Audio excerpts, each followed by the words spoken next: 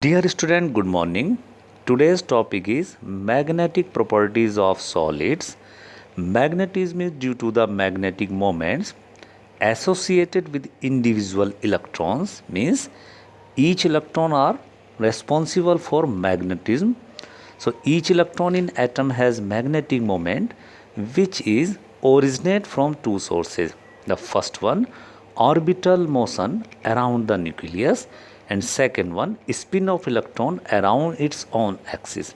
So first one, a spinning electron when they are rotate to their axis.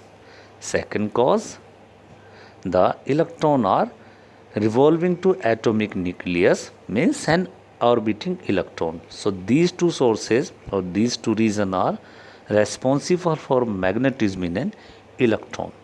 So each electron in atom may be regarded as a small magnet having a permanent orbital and spin magnetic moments. The fundamental magnetic moment is the Bohr magneton, denoted by the letter mu b, which is equal to 9.27 into 10 to the power minus 24 ampere square meter. So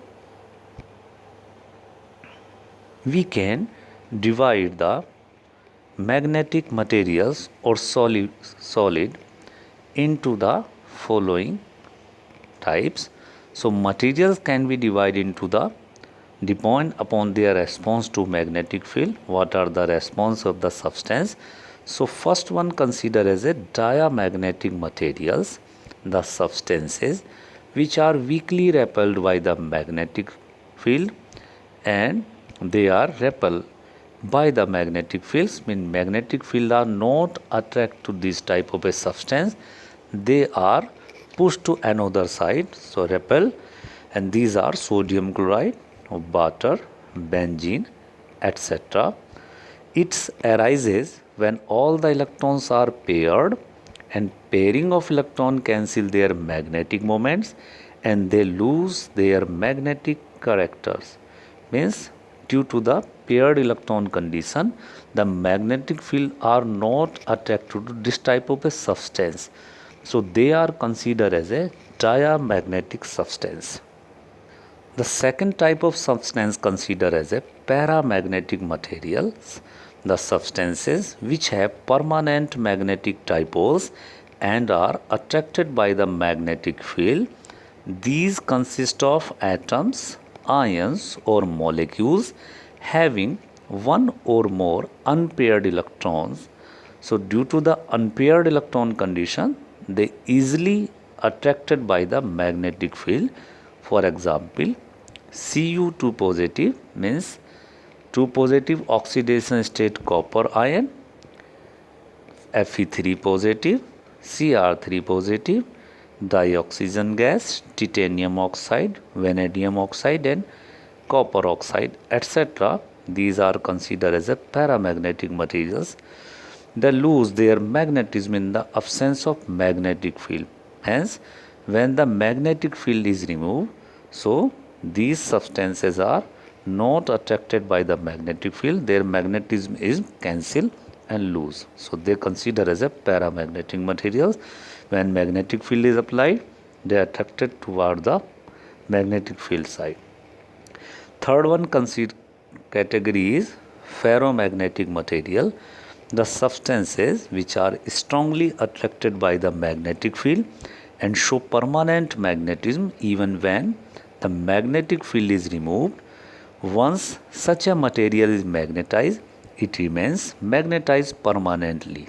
Example, iron, cobalt, nickel, gadolinium, chromium oxide. In a previous time, they are used to form a magnetic tape in a cassette recorder. So ferromagnetic substances are attracted strongly by the magnetic field, and when the magnetic field is removed, they form their permanent magnetism. So they consider as a ferromagnetic materials. They have a very weak family, so we can easily classify it to the ferromagnetic substance. So student, what is the reason that a ferromagnetic substance are form their magnetism? So first one, the topic is domain. What is domain? In solid state, the metal ions of ferromagnetic substances are grouped together into small regions called domains. These groups considered as a domain, and they are responsible for to the form magnetism. Each domain acts as a tiny magnet in an unmagnetized piece of ferromagnetic substance. Means if you bit by a hammer, and the bit condition and a particle condition, they have also the magnetism. The domains are randomly oriented and their magnetic moment get cancelled. Means they create or oriented their domains, and easily the magnetic moments are cancelled. When the substance is placed in a magnetic field, all the domains get oriented in the direction of magnetic field depending upon the alignment of magnetic moments of domains in a ferromagnetic substance. Means domains are aligned and attracted toward the magnetic field because they have magnetism their own. So according to the domains property, we can easily classify it to the ferromagnetic substances. They have three types. First one, ferromagnetism. Second one, antiferromagnetism. And third one, ferrimagnetism. So first we take the topic ferromagnetism. When there is spontaneous alignment of magnetic moments of domains in the same direction, these have strong magnetic field. When magnetic field is removed, ferromagnetic substance a permanent magnet form, for example chromium oxide. So you have seen on the display, and a ferromagnetic substance are align all their domains to the side of a magnetic field. The second category is known as antiferromagnetism. In the alignment of magnetic moments of domains in a compensatory way so as to give zero net magnetic moment because of cancellation of the individual magnetic moments. For example, manganese oxide, manganese dioxide, vanadium oxide, etc. So you have seen in an antiferromagnetism condition, the domains are aligned and second domains are cancel their magnetism. So this process is repeated by the domains. So this condition is considered as a antiferromagnetism. Student, the third condition is ferrimagnetism. When the magnetic moments of domains are aligned in parallel and anti-parallel direction in unequal numbers resulting in net magnetic moments, they are weakly attracted by magnetic field as compared to ferromagnetic substances. Example, magnetite, ferritate, which are the Fe2O4 when joined by the ionic condition, for example manganese, copper, zinc, etc. So ferrimagnetism, they have no any perfect domains.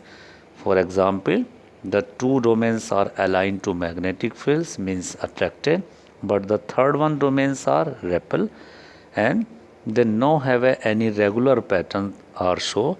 So they are weakly attracted by the magnetic fields. So a temperature which is known as a Curie temperature, the ferrimagnetic substances also lose their ferrimagnetism on heating and become paramagnetic substance. This characteristic temperature known as Curie temperature, above which no ferromagnetism is observed. So ferrimagnetic temperature, when the temperature is increased, so they lose their domains and they have permanent and they convert into the paramagnetic conditions, means they have unpaired electrons and attracted by the another side of a strong magnetic field. So student, this is the last point of this chapter. So build up this point and carefully form your notes and prepare for your board exam. So thank you very much.